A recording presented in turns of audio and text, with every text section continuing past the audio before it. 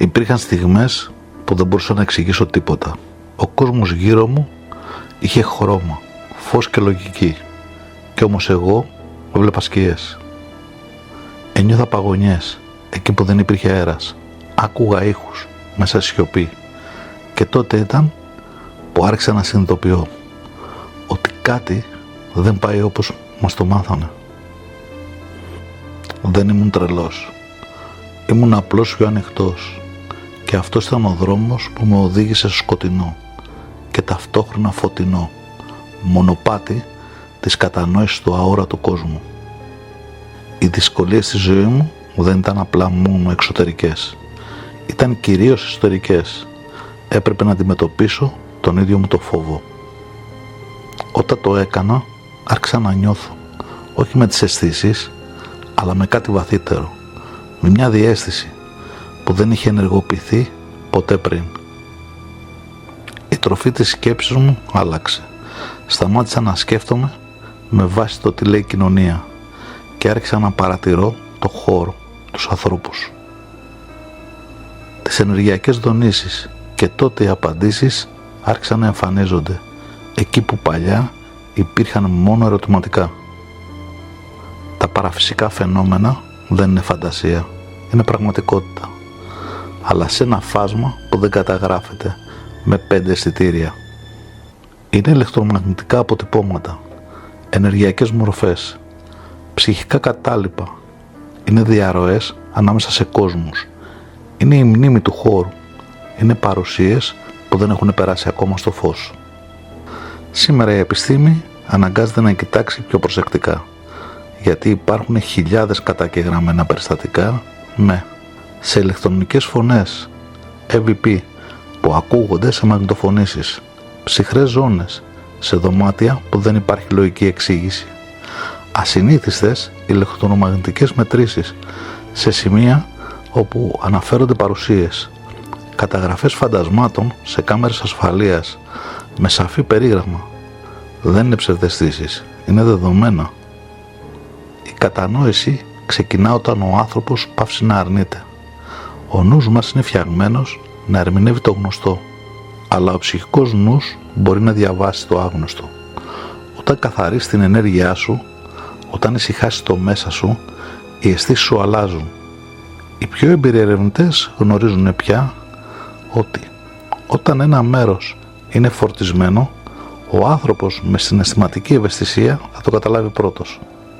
Το νερό αποθηκεύει ενέργεια. Εκεί όπου υπάρχει ροή, ποτάμια, πηγάδια, υπάρχει πιο ισχυρή καταγραφή φαινομένων.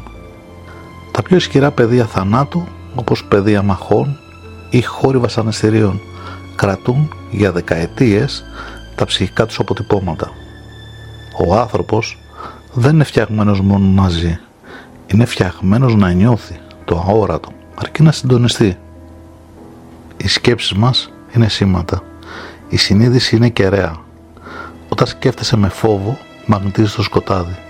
Όταν σκέφτεσαι με φως, συντονίζεσαι σε ανώτερες συχνότητες. Αυτό δεν είναι φιλοσοφία, είναι ενεργειακή φυσική. Ο εγκέφαλός μας εκπέμπει στα δέλτα, θήτα, α, β και γ κύματα. Κάθε κατάσταση συνείδησης είναι μια διαφορετική πόρτα. Και όταν μπεις σε βαθύ διαλογισμού ή κατάσταση ύπνωσης, η πόρτα ανοίγει. Δεν είμαι εδώ για να πείσω κανέναν. Είμαι εδώ για να μοιραστώ ό,τι έζησα, ό,τι κατάλαβα. Για να σου πω πως πίσω από το πέπλο υπάρχει ζωή. Υπάρχουν φωνές, υπάρχουν ψυχές, υπάρχει γνώση και το μόνο που χρειάζεται είναι να μάθεις να ακούς. Εγώ δεν είμαι ούτε επιστήμονας ούτε medium. Είμαι ένας άνθρωπος που τόλμησε να κοιτάξει εκεί που οι άλλοι κλείνουν τα μάτια. Αν κάτι από όλα αυτά σου άγγιξε την καρδιά, τότε δεν είσαι μόνος. Και ίσως ήρθε η ώρα να ανοίξεις και εσύ την πόρτα. Αλλά πριν φτάσω να ερευνώ φαινόμενα, να χρησιμοποιώ όργανα μέτρησης, κάμερες και ενεργειακούς αισθήρες, υπήρχε κάτι βαθύτερο. Κάτι που φύτεψε μέσα μου αυτό το κάλεσμα. Για να καταλάβετε γιατί ασχολούμαι με τα παραφυσικά φαινόμενα, πρέπει να σας πω κάτι προσωπικό. Κάτι που κουβαλάω από παιδί. Ήταν τότε που όλα ξεκίνησαν. Ήμουν μόλις 8 χρονών. Καλοκαίρι στο χωριό στο πατρικό του παππού μου. Ένα παλιό πέτρινο σπίτι γεμάτο σιωπή και πολλές φωτογραφίες. Ένα βράδυ ξύπνησα ξαφνικά, χωρίς λόγο.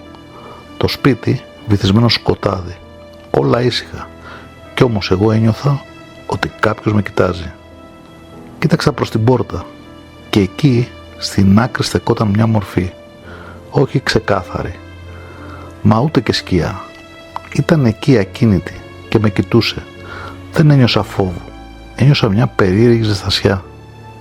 Σαν να ήθελε να μου πει κάτι, αλλά δεν μπορούσε. Μέχρι σήμερα θυμάμαι αυτό το βλέμμα. Δεν έφυγε ποτέ από μέσα μου. Από τότε κάτι άλλαξε μέσα μου. Ήθελα να μάθω τι ήταν αυτό που είδα.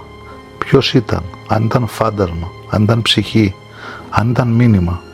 Ήθελα να καταλάβω, όχι από περιέργεια, αλλά από ανάγκη. Ένιωσα πως υπάρχουν πράγματα που δεν εξηγεί ούτε η λογική ούτε η επιστήμη. Και έτσι ξεκίνησα την αναζήτησή μου. Μια αναζήτηση που δεν τελειώνει, γιατί κάθε απάντηση γεννά μια νέα ερώτηση και κάθε σκοτεινό μονοπάτι οδηγεί λίγο πιο κοντά στο φως. Μεγαλώνοντας, η δίψα μου για κατανόηση δεν σταμάτησε. Αφιέρωσα χρόνια σε μελέτες. Πέρασα από σχολές ιστορισμού. Παρακολούθησα διαλέξεις, μπήκα σε τάγματα. Γνώρισα ανθρώπους με ιδιαίτερες γνώσεις. Άκουσα τα σύμβολα, διάβασα τα ιερά κείμενα, εξερεύνησα μονοπάτια από διάφορες θρησκείες και παραδόσεις. Ήλπιζα πως κάπου εκεί θα έβρισκα το μηχανισμό που εξηγεί τα φαινόμενα που ζούσα. Αλλά η αλήθεια είναι πως πουθενά δεν πήρα πραγματική βοήθεια. Μόνο θεωρίες, μυστικιστικό πέπλο, φράσεις χωρίς ουσία. Καμία διδασκαλία δεν μπόρεσε να μου εξηγήσει αυτό που ήδη είχα δει με τα ίδια μου τα μάτια. Και έτσι κατάλαβα πως η πραγματική γνώση δεν χαρίζεται, αλλά κερδίζεται. Και μόνο μέσα από τις δικές μου έρευνες, στο πεδίο, στο σκοτάδι, στο ανεξήγητο, άρχισα να συνδέω τα κομμάτια. Ό,τι έμαθα, το έμαθα μόνος, όχι από θεωρίες, αλλά από εμπειρία. Και αυτή η γνώση δεν ξεχνιέται ποτέ. Κάθε έρευνα που ξεκινούσα με οδηγούσε πιο βαθιά. Όχι μόνο σε εγκατελειμμένα σπίτια και μοναστήρια, αλλά και μέσα μου. Υπήρξαν νύχτες που ένιωθα την παρουσία κάποιου, τόσο έντονα που δεν μπορούσα να ορθώσω λέξη. Άλλες φορές, μέσα στην πληρή σιωπή, ακούγονταν ένας ψίθυρος δίπλα στο αυτί μου, ένα όνομα, μια φράση, κάτι που δεν ήταν δικό μου. Σε κάποιες έρευνες, οι μπαταρίες όλων των συσκευών έσβηναν ταυτόχρονα. Σε άλλες, πιάνανε φωνές στο μικρόφωνο, που κανείς μας δεν άκουσε εκείνη τη στιγμή. Και υπήρξαν στιγμές που η παρουσία ήταν τόσο βαριά που κάποιος από την ομάδα λιποθύμησε και άρχισε να μην θυμάται τίποτα. Αυτές οι εμπειρίες δεν με τρόμαξαν, με μεταμόρφωσαν. Άρχισα να καταλαβαίνω πως ο κόσμος των πνευμάτων δεν είναι απλώς σκιές ή φαντάσματα. Είναι συνειδητές υπάρξεις, κάποιες χαμένες, κάποιες παγιδευμένες, άλλες εχθρικές, αλλά όλες έχουν κάτι να μας πούν. Το θέμα είναι, είσαι έτοιμος να τις ακούσεις? Η επαφή με το παραφυσικό δεν είναι παιχνίδι, δεν είναι περιπέτεια, είναι ευθύνη, γιατί κάθε φορά που ανοίγεις μια πόρτα δεν ξέρεις τι θα βγει από την άλλη πλευρά. Εγώ δεν σταμάτησα, δεν επέλεξα απλώς. Με διάλεξε αυτός ο δρόμος και πλέον δεν μπορώ να κάνω πίσω. Ο κόσμος των πνευμάτων δεν είναι φαντασία, είναι πραγματικός.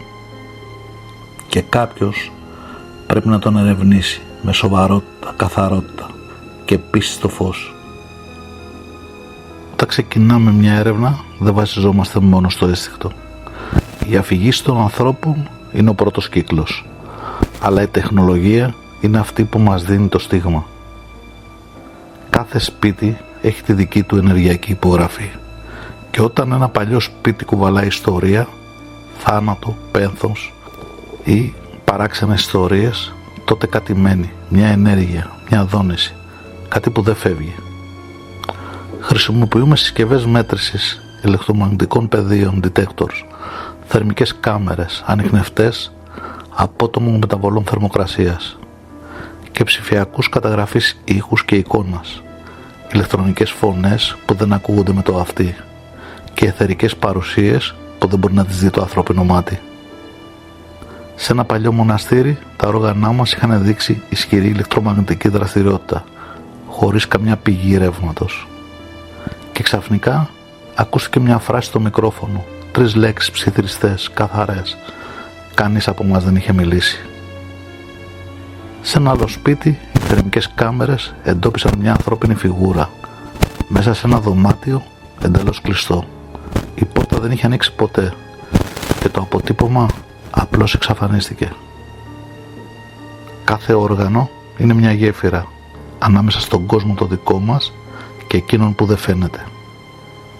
Δεν μας αποκαλύπτουν πάντα τι είναι αυτό που υπάρχει, αλλά μας δείχνουν ότι κάτι όντως υπάρχει. Δεν είναι φαντασία, είναι μετρήσιμο, είναι καταγραφόμενο και κάθε φορά που το αντιλαμβανόμαστε ερχόμαστε πιο κοντά στην αλήθεια.